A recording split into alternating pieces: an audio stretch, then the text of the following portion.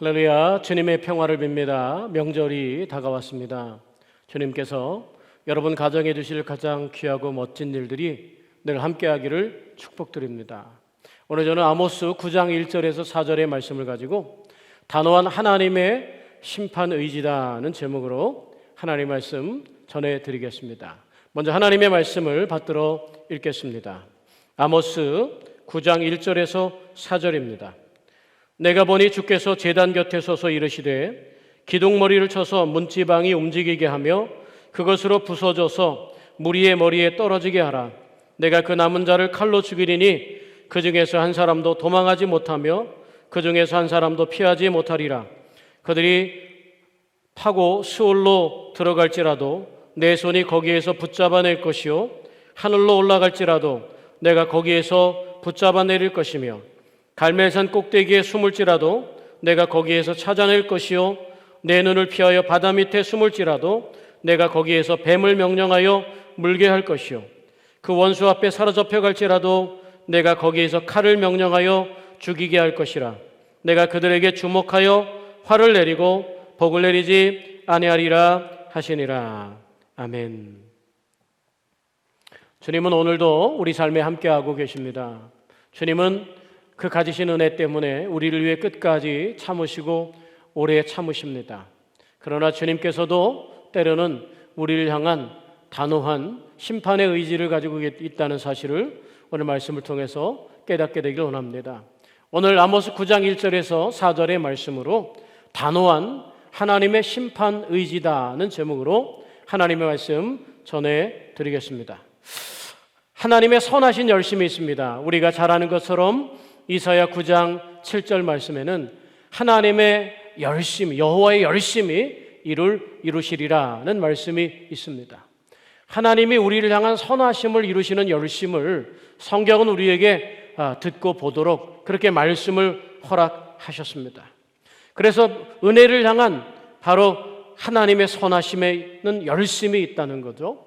그런데 오늘 말씀을 읽으면 오늘 악한 백성을 심판하시는 하나님의 단호한 의지를 오늘 말씀은 볼 수 있습니다. 심판하시는 하나님의 열심 또한 하나님이 가지고 계시다는 사실을 오늘 우리가 의식해야 됩니다. 선을 베풀고 하나님의 섭리를 이어가고 그 뜻을 이루시는 하나님의 열심이 있지만 그와 동시에 우리가 기억해야 될 것은 바로 악한 자, 불의한 자를 심판하시는 하나님의 열심이 있다는 겁니다.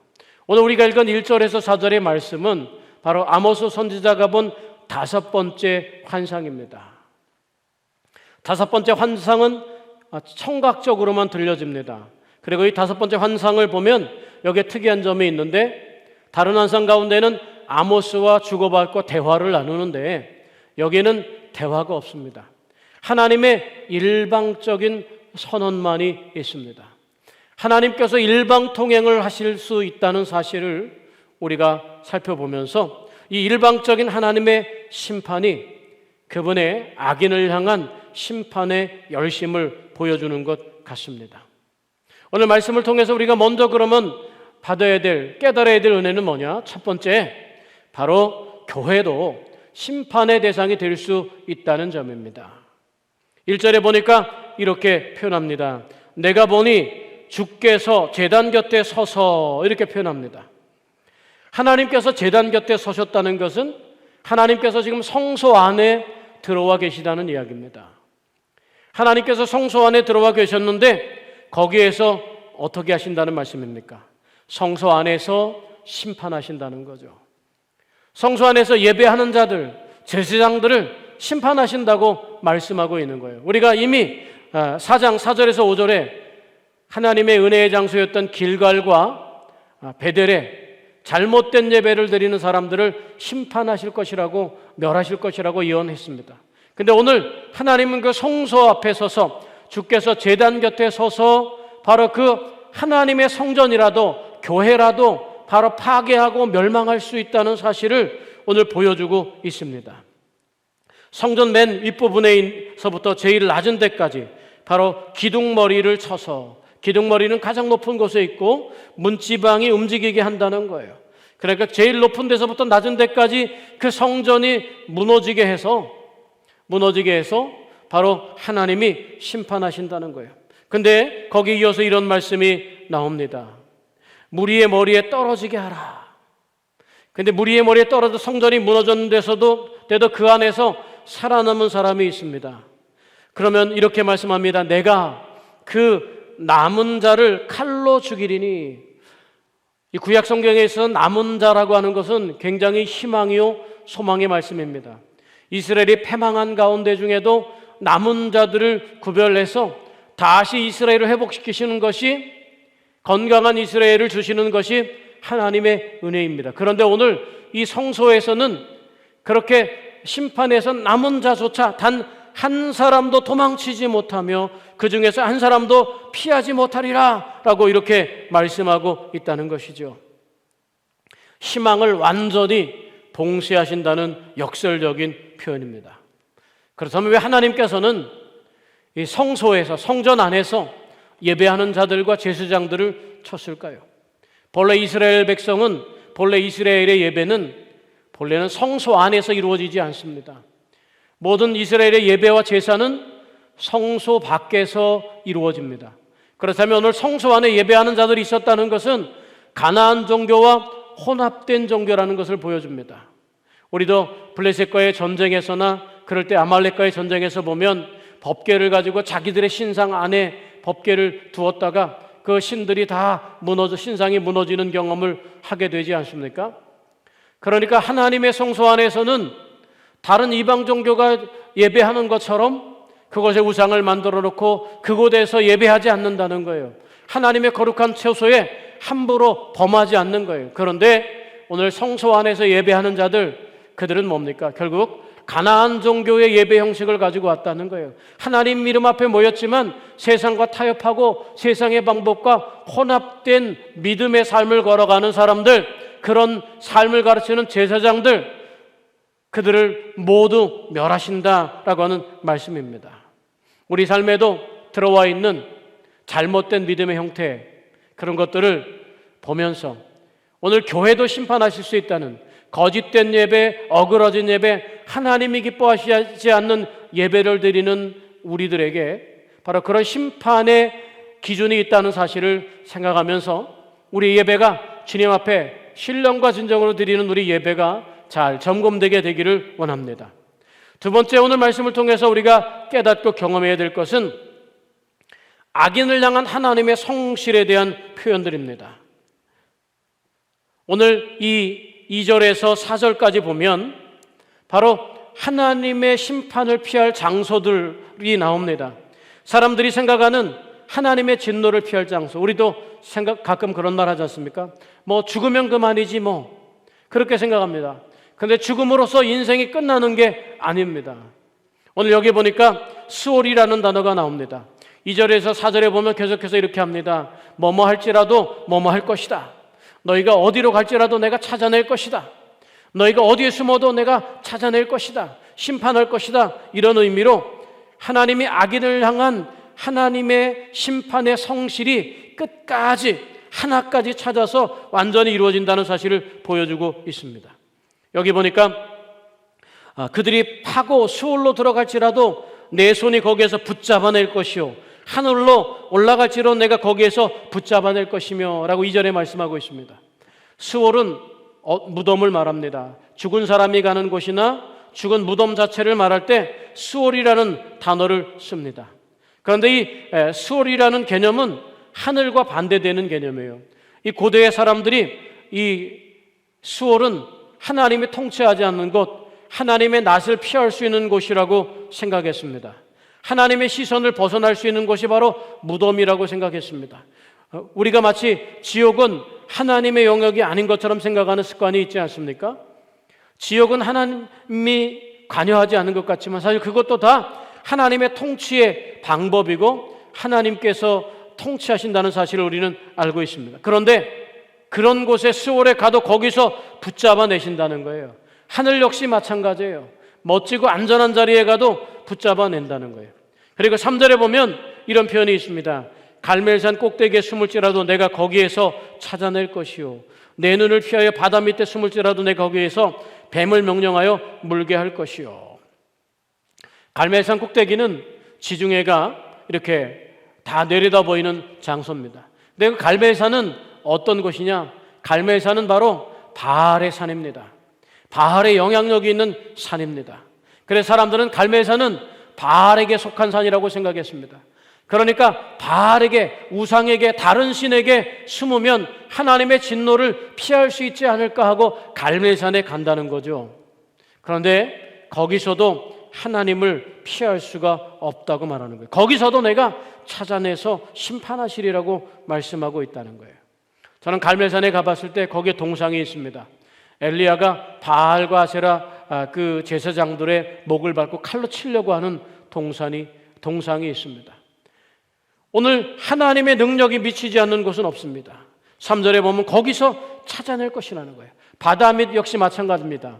바다는 풍랑과 어두움, 바로 바다 괴물 리워야단이 사는 그런 깊은 바다라고 고대에는 생각했습니다. 하나님의 손길이 미치지 않는 깊은 곳이라고 그렇게 생각했습니다. 그런데 거기에서도 뱀을 보내서 명령하여 물게 할 것이라고 말씀하고 있습니다. 오늘 이런 말씀을 보면 바로 창조 영성이 여기에 드러납니다. 모든 것을 창조하신 하나님의 힘이 미치지 않는 것이 없다고 하는 의식이 바로 이 온 우주 만물의 주인이 여호와 하나님이라는 그런 영적인 의식, 창조 영성의 하나의 조각으로 여기에 작용하게 됩니다. 갈멜산 꼭대기라도 바다 밑이라도 하나님의 심판을 피할 곳이 없다는 거예요. 4절에 보니까 이런 표현이 있습니다. 그 원수 앞에 사로잡혀 갈지라도 내가 거기에서 칼을 명령하여 죽이게 할 것이라. 원수에게 사로잡혀 갔다는 것은 이미 심판을 받은 것 같습니다. 그러나 이미 심판을 받은 형태를 가졌지만 하나님의 의지 안에 들어오지 않았던 거예요.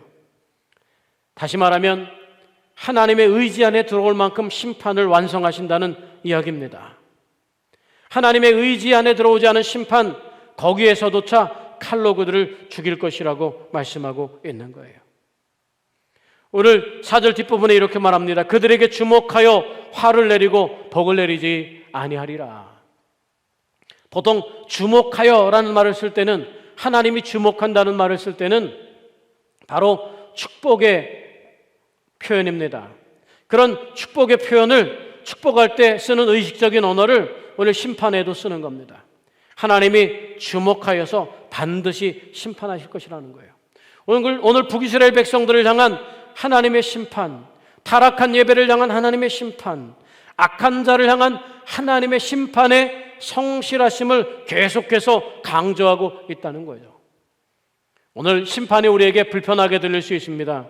그러나 믿음의 길을 따르는 우리는 바로 오늘 이 말씀을 기억해야 됩니다.